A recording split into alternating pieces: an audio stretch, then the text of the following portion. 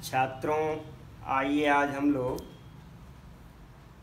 जयशंकर प्रसाद जी द्वारा रचित कामायनी महाकाव्य से श्रद्धा मनु पार्ट 2 अर्थात भाग 2 की व्याख्या का अध्ययन करेंगे। हमने व्याख्या के लिए छोटे छोटे भाग कर दिए हैं जिससे अध्ययन करने में आसानी रहेगी और वीडियो उबाऊ नहीं होगा। तो आइए सबसे पहले हम लोग पाठ करते हैं। और देखा वह सुंदर दृश्य नयन का इंद्रजाल अभिराम, कुसुम वैभव में लता समान चंद्रिका से लिपटा घनश्याम। तो कठिन शब्दों को पहले देखते हैं। और देखा वह सुंदर दृश्य नयन, नयन अर्थात नेत्र, और इंद्रजाल जादू, अभिराम सुंदर। प्रसाद जी कहते हैं कि उस भ्रमर जैसे मीठे स्वर, मीठे संगीत के रूप में जिस स्वर को जब मनु ने सुना तो फिर उनकी जिज्ञासा मौन न रह सकी, उनकी जिज्ञासा बढ़ी और फिर उन्होंने देखा, श्रद्धा की तरफ देखा। तो श्रद्धा की तरफ जब देखा तो एक अपूर्व सौंदर्य उन्हें दिखाई दिया। अपूर्व सौंदर्य से भरपूर जो दृश्य दिखाई दिया। तो कहते हैं कि मनु ने श्रद्धा के अपूर्व सौंदर्य को देखा तो उस दृश्य को देखने के बाद उनको लगा कि यह कोई नेत्रों का जादू, सुंदर जादू है। नेत्रों का सुंदर जादू है। इंद्रजाल अर्थात जादू, अभिराम सुंदर, नेत्रों का सुंदर जादू है। फिर अब उस श्रद्धा के सौंदर्य को बता रहे हैं कि सौंदर्य कैसा दिख रहा था। तो कुसुम वैभव, कुसुम वैभव, वैभव का अर्थ होता है समृद्धि और कुसुम का अर्थ होता है पुष्प, फूल। और फूलों का वैभव क्या होता है? फूलों का वैभव पूर्ण रूप से खिले हुए फूलों का समूह कुसुम वैभव है। ठीक है, यानी फूलों से लदी हुई लता के समान, फूलों से लदी हुई लता के समान श्रद्धा का सौंदर्य दिखाई दे रहा था। फिर अगला कहते हैं कि चंद्रिका, चंद्रिका का अर्थ होता है चांदनी, स्वच्छ चांदनी। फिर लिपटा घनश्याम, जिसे काले बादल। ठीक है, चांदनी से लिपटे हुए या काले बादलों से लिपटी हुई चांदनी है। तो अब आइए देखिए इसकी व्याख्या समझते हैं। मनु ने श्रद्धा के अपूर्व सौंदर्य से भरे हुए दृश्य को जब देखा तो उनको सहज रूप में वह नेत्रों का जादू प्रतीत हो रहा था, सुंदर जादू प्रतीत हो रहा था, जो फूलों से लदी हुई लता के समान दिखाई दे रही थी। ऐसा दिखाई दे रहा था जैसे चांदनी में लिपटे हुए काले बादल हो। अब आइए दूसरे को देखते हैं। हृदय की अनुकृति बाह्य उदार, एक लंबी काया उन्मुक्त, मधुपवन क्रीडित ज्यों शिशुशाल, सुशोभित हो सौरभ संयुक्त। आगे श्रद्धा के देह यष्टि और उसके उदार हृदय का वर्णन करते हुए प्रसाद जी कहते हैं कि आगे मनु ने देखा कि हृदय की अनुकृति, अनुकृति अर्थात नकल, अनुकृति अर्थात नकल, प्रतिकृति वैसी ही, और बाह्य बाहरी। हृदय क्या था? उदार था, उस श्रद्धा का हृदय उदार था। कैसा उदार था?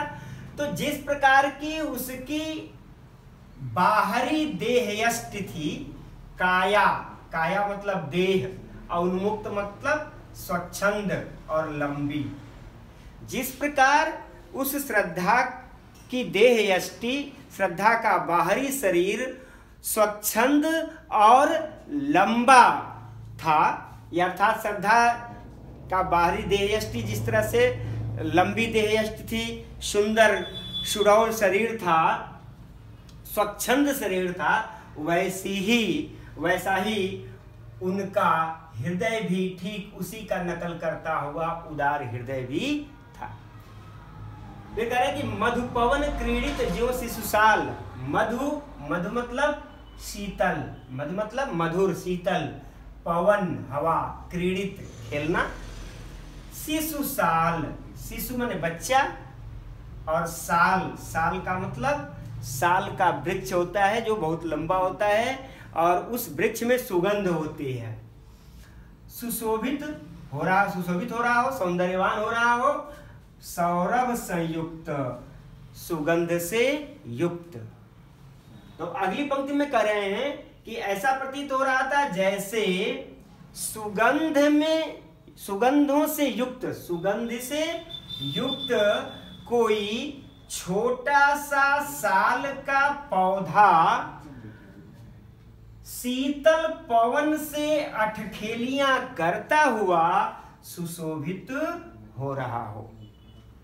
अब आइए फिर से इसकी व्याख्या देख लीजिए। मन का देखते हैं कि श्रद्धा की देह यष्टि जिस प्रकार से स्वच्छंद और छरहरी लंबी सुडौल थी, उसी प्रकार से उसका हृदय भी उसकी नकल था, अर्थात उसी प्रकार से उसका हृदय भी उदार और उसी की प्रतिकृति था। उसका वह लंबा शरीर ऐसे जान पड़ता था जैसे कोई छोटा सा साल का पौधा अपने सुगंध से युक्त होकर के पवन के साथ अठखेलियां करता हुआ सुशोभित हो रहा। तो ये इन दोनों छंदों की व्याख्या रही। अब आइए इसमें हम लोग काव्य सौंदर्य देखते हैं। तो काव्य सौंदर्य में देखिए, सबसे पहले इसमें ब्रज भाषा है। भाषा कौन सी है? ब्रज भाषा, साहित्यिक ब्रज भाषा है, साहित्यिक ब्रज भाषा है। फिर उसके बाद इसमें अलंकार, उपमा, रूप का अतिशयोक्ति, रूप का अतिशयोक्ति, अनुप्रास, ये अलंकार है। छंद इसमें श्रृंगार है। छंद इसमें 16 मात्राओं का श्रृंगार छंद है। और इसमें शब्द शक्ति लक्षणा है।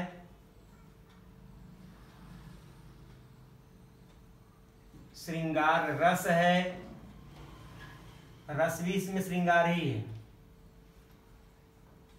श्रृंगार रस है।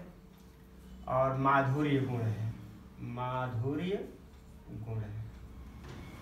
फिर से देख लीजिए, इसमें साहित्यिक ब्रज भाषा है, अलंकारों में उपमा, रूप का अतिशयोक्ति और अनुप्रास है, श्रृंगार छंद है, लक्षणा शब्द शक्ति है, श्रृंगार रस है और माधुर्य गुण है। अब आइए अगले छंद को देखते हैं। तो मसृण गांधार देश के नील रोम वाले मेसों के चर्म ढक रहे थे, उसका बपुकांत बन रहा था वह कोमल वर्म। तो आइए पहले कठिन शब्दों को देखते हैं। मसृण, मसृण शब्द है कोमल, कोमलता के लिए मसृण। यहाँ देखिए कोमल, मसृण का अर्थ होता है कोमल। गांधार एक स्थान का नाम है, इस समय वह अफगानिस्तान में पड़ता है गांधार, जिसको हम आज कांधार कहते हैं।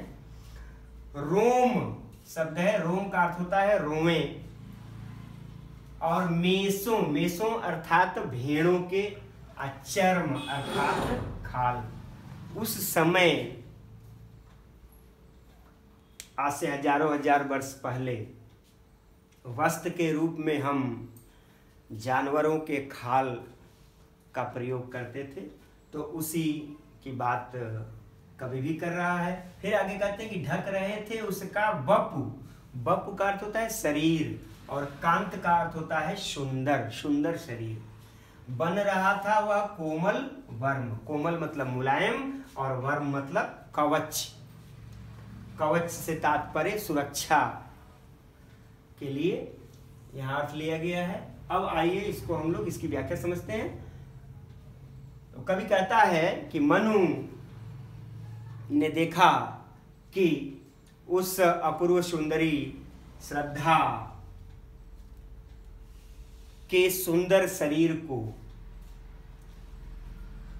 गांधार देश में पाई जाने वाली, गांधार देश में पाई जाने वाली नीले रोमों वाली भेड़ों के खाल, भेड़ों की खाल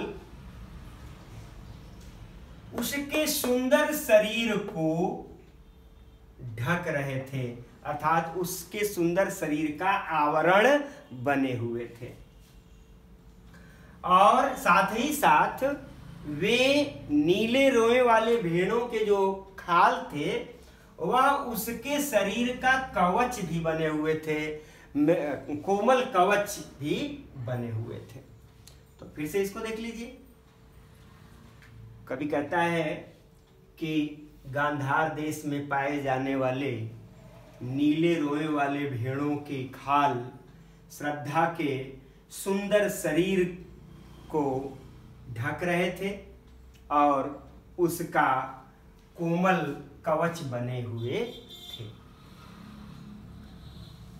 आइए इसका ये जो है आप लोगों के लिए इम्पॉर्टेंट छंद है, ये दोनों ही इम्पॉर्टेंट है। आइए इस पहले इसका हम लोग साहित्यिक सौंदर्य देख लेते हैं। तो साहित्यिक सौंदर्य में ये सारा का सारा ये अलंकार को छोड़ करके बाकी सारी चीजें, शब्द शक्ति भी हटा दी जाए, अलंकार और शब्द शक्ति को हटा दी जाए तो बाकी चीजें जो कि त्यों है, साहित्यिक वृद्धाशा है, श्रृंगार छंद है, श्रृंगार रस है, माधुर्य गुण है। अब इसमें अलंकार देख लीजिए, अंत्यानुप्रास है, अंत्यानुप्रास अलंकार इसमें अंत्यानुप्रास है और अंत्यानुप्रास मात्र अलंकार है इसमें।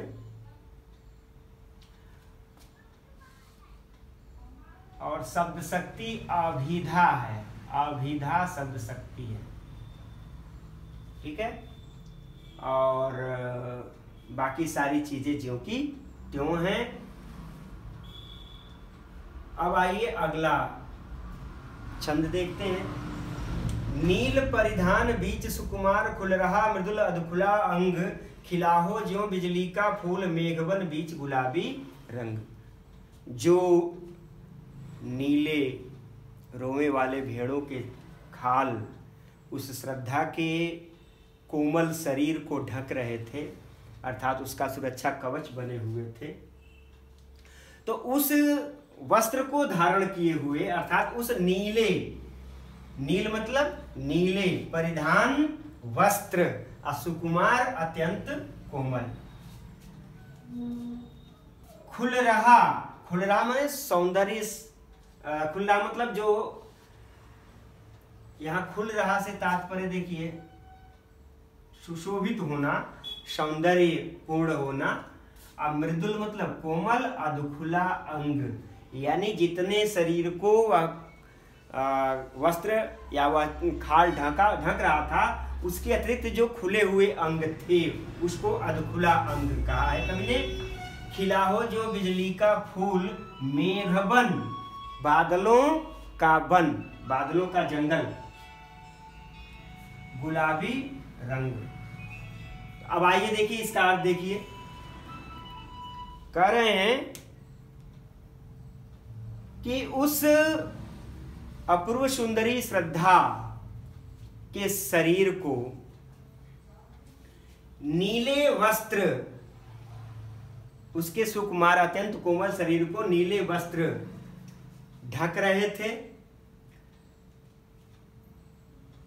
उसके जितने भाग को वे ढक रहे थे, उसके अतिरिक्त श्रद्धा के कुछ कोमल भाग अधखुले हुए थे, अर्थात वे वस्त्र उसके कुछ भागों को ढक नहीं रहे थे। तो वह उसके अधखुले अंग इस प्रकार सुशोभित हो रहे थे जैसे बादलों के वन में, बादलों के जंगल में, बादलों के वन में गुलाबी रंग का बिजली का फूल खिला हो। फिर से देख लीजिए, नीले वस्त्रों को धारण की हुई श्रद्धा के अत्यंत कोमल शरीर के अतिरिक्त उसके कुछ कोमल अंग खुले हुए थे, जो ऐसे सुशोभित हो रहे थे जैसे बादलों के जंगल में गुलाबी रंग का बिजली का फूल खिला हो। तो ये इसका अर्थ हुआ। अब आइए हम लोग इसके काव्य सौंदर्य को देखते हैं। तो बाकी चीजें सब पहले जैसी ही हैं, और इसमें उत्प्रेक्षा अलंकार है, उत्प्रेक्षा अलंकार है, रूपक भी है, और बाकी चीजें इसमें ज्यों की त्यों हैं। अभिधा शब्द शक्ति है, अभिधा शब्द शक्ति है, ठीक है। बाकी चीजें सब ज्यों की त्यों, साहित्यिक परिभाषा है, श्रृंगार छंद है, श्रृंगार रस है, माधुर्य गुण है, और अलंकार जो है उत्प्रेक्षा, रूपक और अभिधा शब्द शक्ति है। तो इस प्रकार आज श्रद्धामनु भाग 2 की व्याख्या कंप्लीट हो गई। आप लोग चूंकि 12वीं के छात्र हैं, इसलिए निरंतर आप लोग वीडियो का अवलोकन करते रहें, क्योंकि परीक्षाएं मार्च माह में समय से ही संपन्न होंगी। तो इस बात का हमेशा ध्यान रखिए। धन्यवाद।